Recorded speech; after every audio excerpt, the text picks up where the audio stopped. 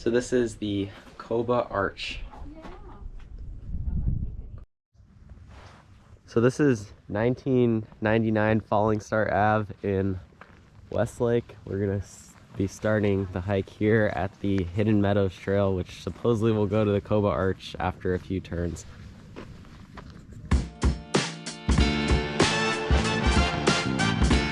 So this is the Hidden Meadows Trail.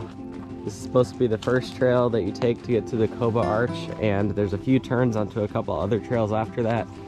But in total, this hike is about 4 miles long, and it should only be moderately difficult until the end when you have to climb over some rocky areas to get to the arch. The first part of the hike, which is the Hidden Meadows Trail, is pretty flat and fairly easy until you make the turn onto the Sandstone Hills Trail after about a mile. Even though all the trails aren't official and you're not going to find this hike on all trails or something similar, it's still one of the best hikes in the Thousand Oaks or Westlake area, and I definitely recommend it. So I'm not 100% sure how long each one of these trails are, but in total it's about 4 miles. We're still on the Hidden Meadows Trail right now, and after this we're going to turn onto the Sandstone Hills Trail, and that's the last named trail of this hike. After that, there's a few other turns, but the trails don't actually have official names.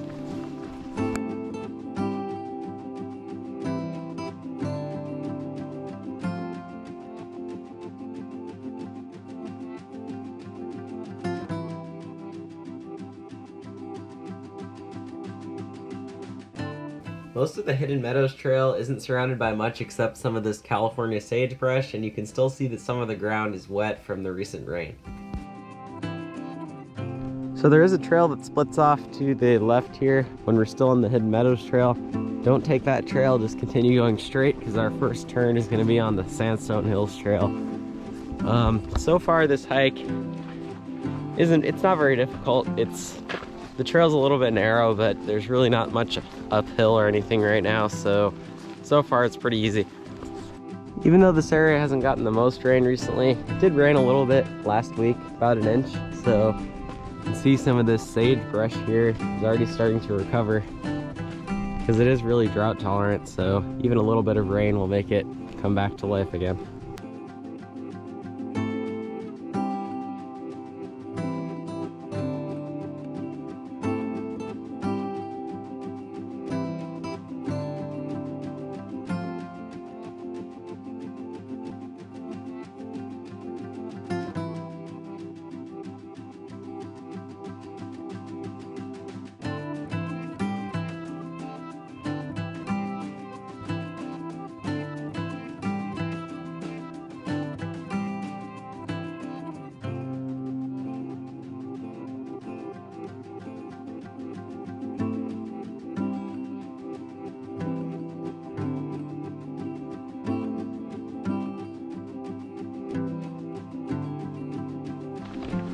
So we're still on the Hidden Meadows Trail right now.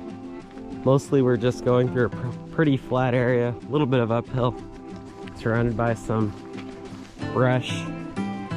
And I'm not 100% sure how soon we're gonna get to the Sandstone Hills Trail, but I'd guess since we've been walking for about 20 minutes, some point soon we're gonna be hitting that first turn.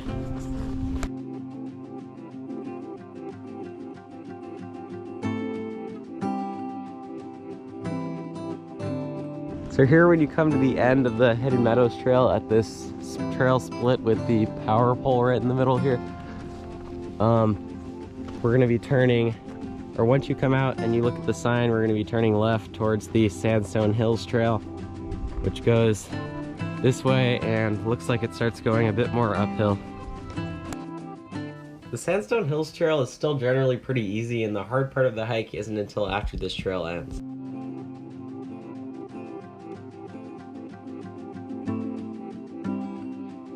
So when you're walking along this trail, you can definitely see what it's named after with all these sandstone formations.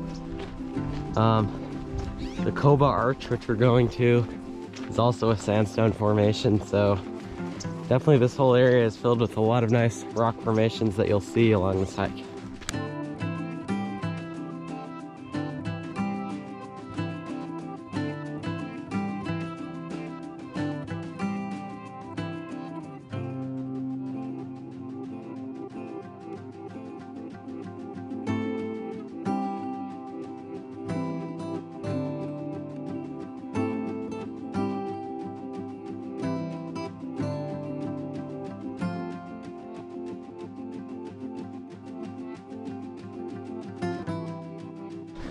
So we've reached basically the first uphill part of the hike.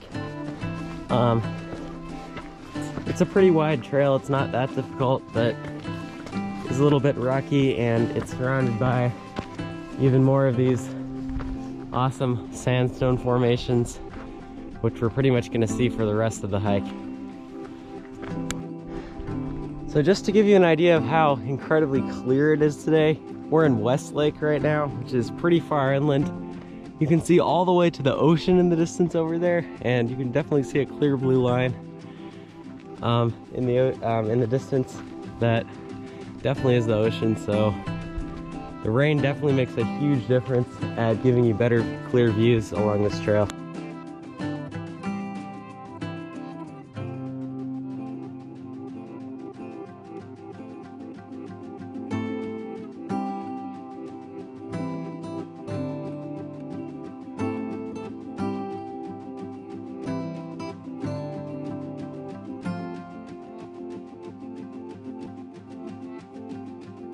The views are probably beautiful all the time, but after rain, it's so clear that you can see for miles in every direction, and it's definitely the best time to experience the views on this trail.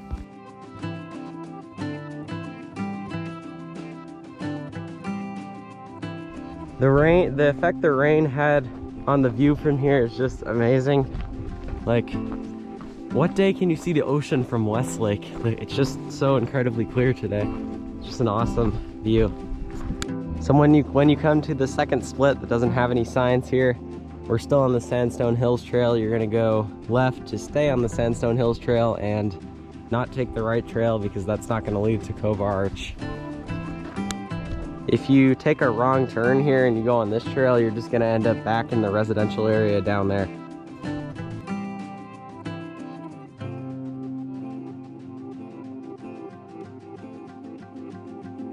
So the trail is going mostly uphill here, and it gets a little bit narrower because there's some brush in the middle, but otherwise it should be pretty much the same difficulty as before.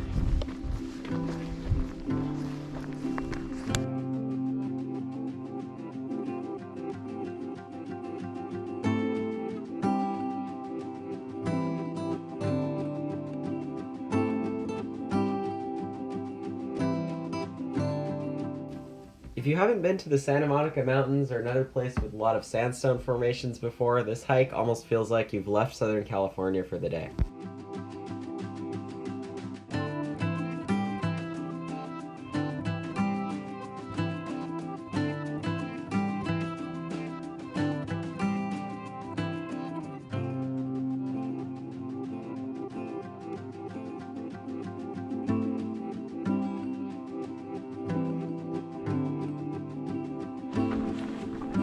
So I'm not 100% sure how much elevation gain this whole hike has, but we've been going uphill for a good 25 minutes, I'd say. We're still on the Sandstone Hills Trail right now, but we should be coming to the next split pretty soon. Not sure exactly where, but I will record it when it is. So at this point along the Sandstone Hills Trail, you get a really nice aerial view over Westlake here. You can see pretty far into the distance. See all the mountains and the houses and everything below. Definitely a cool view, and you're gonna get some awesome photo opportunities pretty soon as we get to the arch.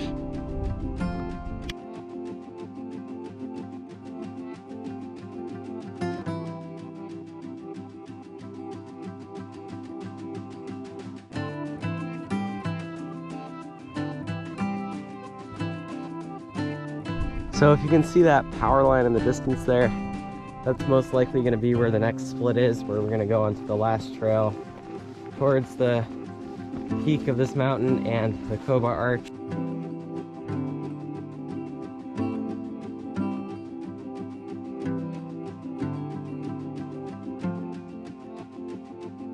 So at the end of the Sandstone Hills Trail, we're going to come to this dead end at the power pole on the peak of this hill right here. And we're gonna be turning left again. This little trail over here is marked with some sticks and rocks. This is gonna be the trail that leads to the Coba Arch. This dead end here has some awesome views too. You can see all the way into the distance. That's not a mountain behind there, that's actually the Channel Islands. in the distance there because it's so clear today. And you also get a great view over Westlake here and everything else, full 360 degrees.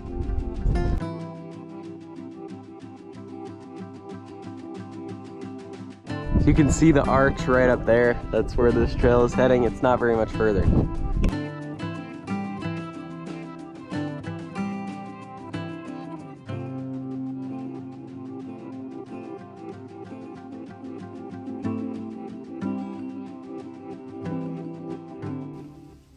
This part of the trail is the most difficult. It's very steep and narrow, and you do definitely need to be prepared to do a little bit of rock scrambling.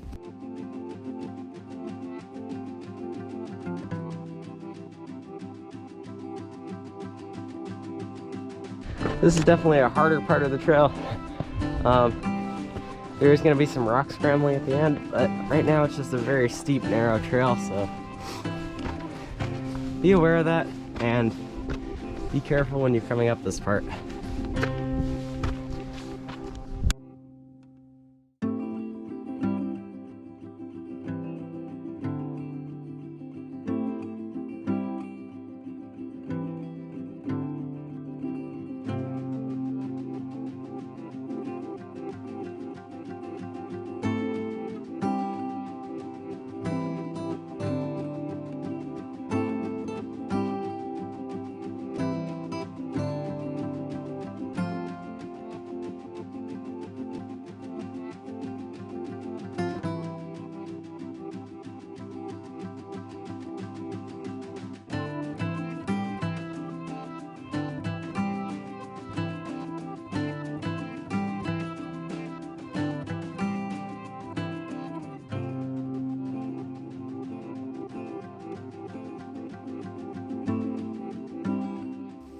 Even though this is the most difficult part of the trail, most of the ground and the rocks that you're walking on are stable, so it doesn't feel precarious at least.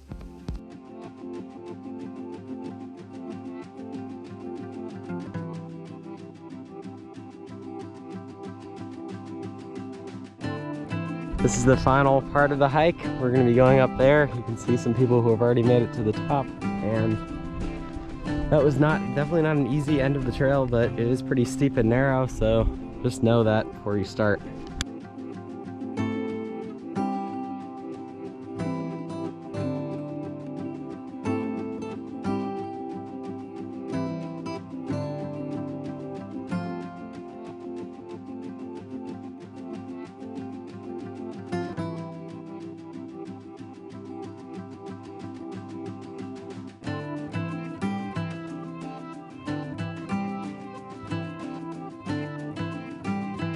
So you can see here at the end of the trail, that's Coba Arch right there where I was just inside.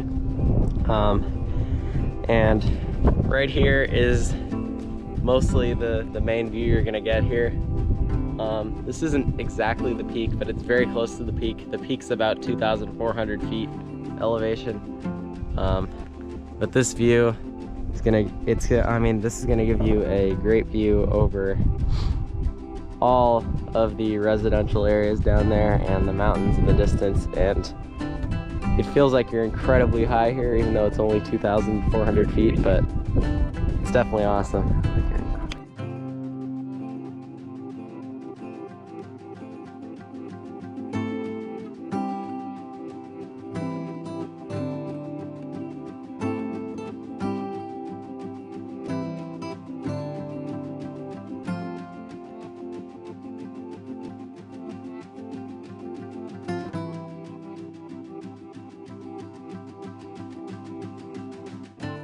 Coba Arch is this sandstone arch, which is very close to Simi Peak and is about 2,400 feet above sea level.